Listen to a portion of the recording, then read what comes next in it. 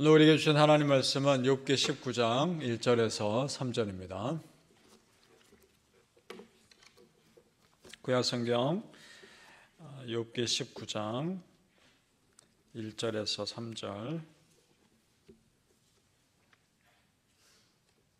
우리 함께 같이 읽겠습니다. 시작. 욥이 대답하여 이르되 너희가 내 마음을 괴롭히며 말로 나를 짓부수기를 어느 때까지 하겠느냐. 너희가 10번이나 나를 학대하고도 부끄러워 아니하는구나. 아멘. 오늘 새벽에 예배하신 은혜가 우리 성도님들께 함께 하시기를 예수님 이름으로 축복합니다. 아멘. 자, 욥기를 보면서 깨닫는 것이 있습니다. 그것은 우리가 진정 마음 쏟아야 할 것은 사람들에 대한 반응이 아니라 하나님에 대한 반응이라는 겁니다. 여러분 믿습니까? 사람들은 나를 이해해 줄 수도 있고 또 이해하지 못할 수도 있습니다. 그러니까 사람들의 반응에 내가 신경 쓰다 보면 그때그때 흔들릴 수밖에 없는 겁니다. 우리 2절을 제가 다시 읽겠습니다. 보시죠. 2절 말씀. 너희가 내 마음을 괴롭히며 말로 나를 짓부수기를 어느 때까지 하겠느냐. 자, 그러면 이 말에서도 알 수 있듯이 욥이 이런 사람들의 말에 일일이 반응했다가는 못 견디는 겁니다. 견딜 수가 없는 거죠. 그래서 하나님께 눈을 돌립니다. 하나님의 반응에 눈을 돌립니다. 지금 욥을 진정으로 초조하게 만드는 것은 친구들이 자기를 이해해 주지 못하는 것이 아닙니다. 하나님이 침묵하시는 겁니다. 그것이 욥을 초조하게 만드는 겁니다. 7절을 보시기 바랍니다. 우리 같이 읽어보죠. 7절 말씀 시작. 내가 폭행을 당한다고 부르짖으나 응답이 없고 도움을 간구하였으나 정의가 없구나. 하나님의 침묵입니다. 이것이야말로 우리 크리스천을 불안하게 만드는 겁니다. 예수님이 십자가에 못 박히는 순간 여러분 다 아시죠? 그때 어떻게 됩니까? 온 하늘이 컴컴하게 됩니다. 암흑에 쌓이죠. 하나님의 절대 침묵을 상징하는 겁니다. 이 순간만큼 예수님이 가장 힘든 순간도 없었을 겁니다. 하나님과 완전히 단절된 겁니다. 자, 그 시간이 예수님 가장 고통스러운데 마찬가지입니다. 차라리 우리도 하나님이 나를 뭐라 꾸중하시면 차라리 더 낫죠. 고치면 되니까. 그런데 내가 잘못해도 아무 일도 일어나지 않고 내가 기도해도 아무 반응이 없다라는 것이 나를 더 불안하게 만드는 겁니다. 그것이야말로 무서운 심판을 앞두고 있는 전조현상 같은 그런 것이기 때문에 더 두려운 겁니다. 시편 28편 1절에 여호와여 내가 주께 부르짖으오니 나의 반석이여 내게 귀를 막지 마소서. 주께서 내게 잠잠하시면 내가 무덤에 내려가는 자와 같을까 하나이다. 자, 우리도 아무 말씀이라도 좋으니까 뭐라도 말씀해달라는 겁니다. 근데 그런 말씀 없으니까 내가 못 견디겠다라고 시편 기자도 고백하고 있는 거죠. 우리도 하나님의 침묵을 견디는 것이 가장 어렵지요. 제일 어렵습니다. 하나님이 나에게서 마음 떠나신 것은 아닌가 하는 불안함과 두려움이 있기 때문에 그것이 가장 어렵습니다. 그러나 성도님들, 하나님이 침묵하시는 것 같을 때 더 매달리시길 바랍니다. 더 기도하라는 사인인 겁니다. 사람들이 내 마음 알아주지 않으면 그것은요, 기도하면서 견디면 됩니다. 나는 내 믿음의 길 가면 되니까. 그런데 하나님이 나를 안 받아주시는 것 같고 내게서 고개를 돌리신 것 같으면 그것은 정말 소망이 없어지는 거 아닙니까? 그래서 다윗이 죄를 짓고 나서 가장 두려워했던 것이 바로 그것입니다. 하나님이 나를 버리시면 어떡할까요? 그래서 고백하죠. 나를 주 앞에서 쫓아내지 마시고 주의 성령을 내게서 거두지 마옵소서. 이렇게 기도하는 거 아닙니까? 하나님과의 관계가 단절될까 두려워하는 겁니다. 결국 이 회개 기도 이후에 다윗이 완전하게 다시 회복됩니다. 그러면서 우리에게 도전이 되는 것이 있습니다. 그것은 뭔가? 하나님과의 관계가 회복되면 결국 사람과의 관계도 회복된다는 겁니다. 믿습니까? 그래서 욥도 비록 지금 친구와의 관계가 불편하지만 그래서 더 하나님 바라보는 겁니다. 그럼 나중에 친구와의 관계도 회복시켜 주시겠지. 그 기도로 그 마음으로 하나님 바라봅니다. 그리고 욥이 지금 이렇게 하나님과 하나님의 침묵에 더 예민한 이유는 사람들로부터 완전히 외면당하고 있기 때문에 그렇습니다. 자, 13절을 같이 보죠. 13절 같이 있습니다. 시작.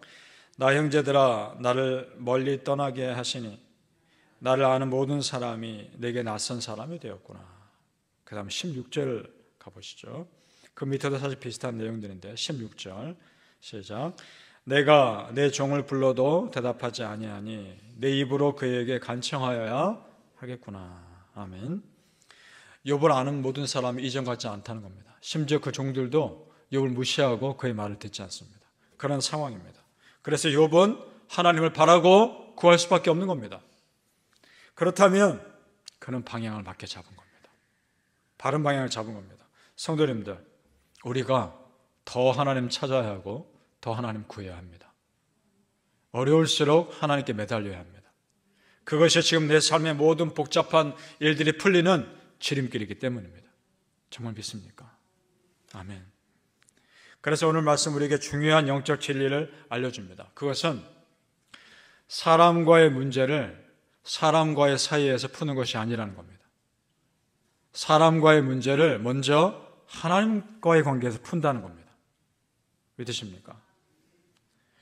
그러니까 땅에 묶인 것을 땅의 것으로 푸는 것이 아닙니다. 먼저 하늘에서 푸는 겁니다. 그러면 자연스럽게 땅의 것은 풀리게 되어 있는 겁니다. 그렇다면 하나님과 나 사이에서 내가 어떻게 풀어갈 수 있을까? 그것은 기도입니다.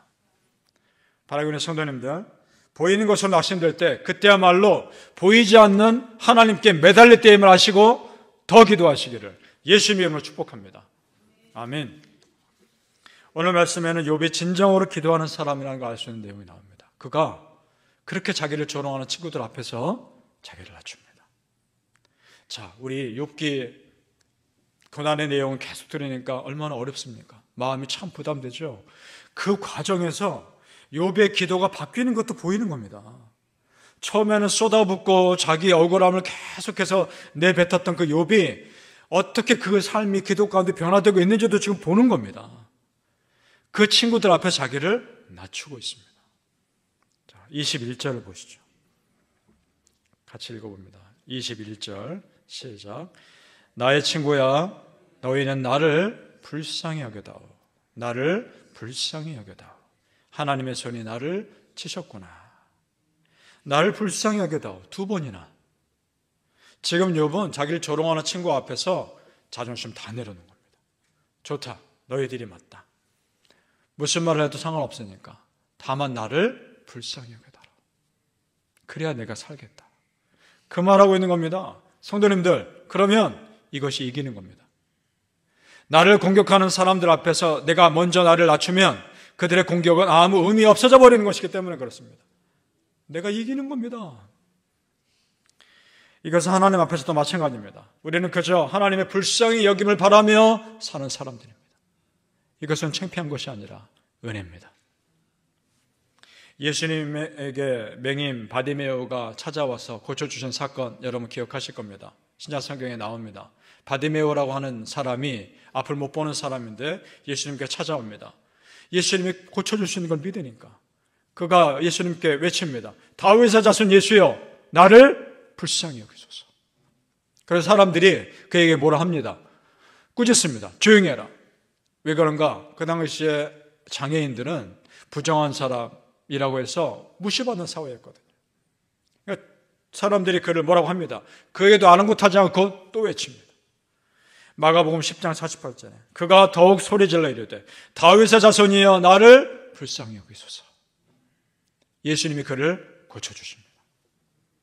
지금 이 사람도 자존심 다 내려놓고 예수님 바라보는 겁니다. 지혜로운 겁니다. 사람들이 자기를 무시하는 소리에는 신경 쓰지 않습니다. 자기를 고쳐주실 예수님께 바라보는 겁니다. 그것이 지혜로운 겁니다. 맞습니다, 성도님들. 결국 내 문제는 내가 하나님 앞에 가지고 나와 부르짖어야 해결되는 겁니다. 지금 욥이 친구들에게 불쌍히 여겨달라고 말할 정도면 하나님께는 얼마나 더 기도했겠습니까? 욥도 이제서야 이런 상황에서 살아남는 방법을 깨닫는 겁니다. 그것은 사람들이 나를 무시하는 소리에는 신경 쓸 것이 없다는 겁니다. 내가 신경 쓰지 않으면 나를 공격하고 나를 조롱하고 무시하는 소리는 그저 그냥 사라질 뿐입니다. 오히려 그 시간에 더 기도하는 것이 살 길이라는 겁니다. 조금 전에도 말씀드렸듯이 하나님과 나 사이에 먼저 기도로 푸는 겁니다. 그러면 그 다음에 할 일은 이 땅에서 그러면 하나님께서 어떻게 풀어가시는지를 믿음의 눈으로 바라보기만 하면 되는 겁니다. 믿습니까? 사랑하는 성도님들, 하나님께 불쌍히 여김을 받는 것이야말로 정말 큰 은혜임을 믿으시고 오늘도 그 하나님께 더 간절히 매달리시기를 예수님의 이름으로 축복합니다. 아멘. 기도하겠습니다. 아버지 하나님, 우리를 불쌍히 여겨 주옵소서. 그것이 큰 은혜임을 믿습니다. 불쌍히 여김 받는 것이 큰 은혜임을 믿습니다. 그 하나님 은혜 가운데 우리를 붙들어 주시며 놀라운 믿음의 우리 성도님들의 삶을 붙잡아 주옵소서. 내가 먼저 나를 낮추고 내가 먼저 나를 겸손하게 만들었을 때에 하나님께서 우리를 어떻게 다시 세워주시는지를 경험하게 하여 주옵소서. 하나님, 그렇습니다. 하나님, 사람과의 관계에서 문제를 해결할 것이 아니라 하나님과의 관계에서 문제를 해결하게 도와주옵소서. 하나님과의 관계가 해결되면 사람과의 관계도 자연스럽게 해결됨을 믿습니다. 하늘에서 풀게 하여 주시옵소서. 하늘에서 번져 묶인 것을 풀 때 땅에 묶인 것들은 자연스럽게 풀릴 줄로 믿습니다. 하나님 함께하여 주시옵소서. 우리의 기도를 들어주시옵소서. 감사하며 예수님의 이름으로 기도합나이다. 아멘.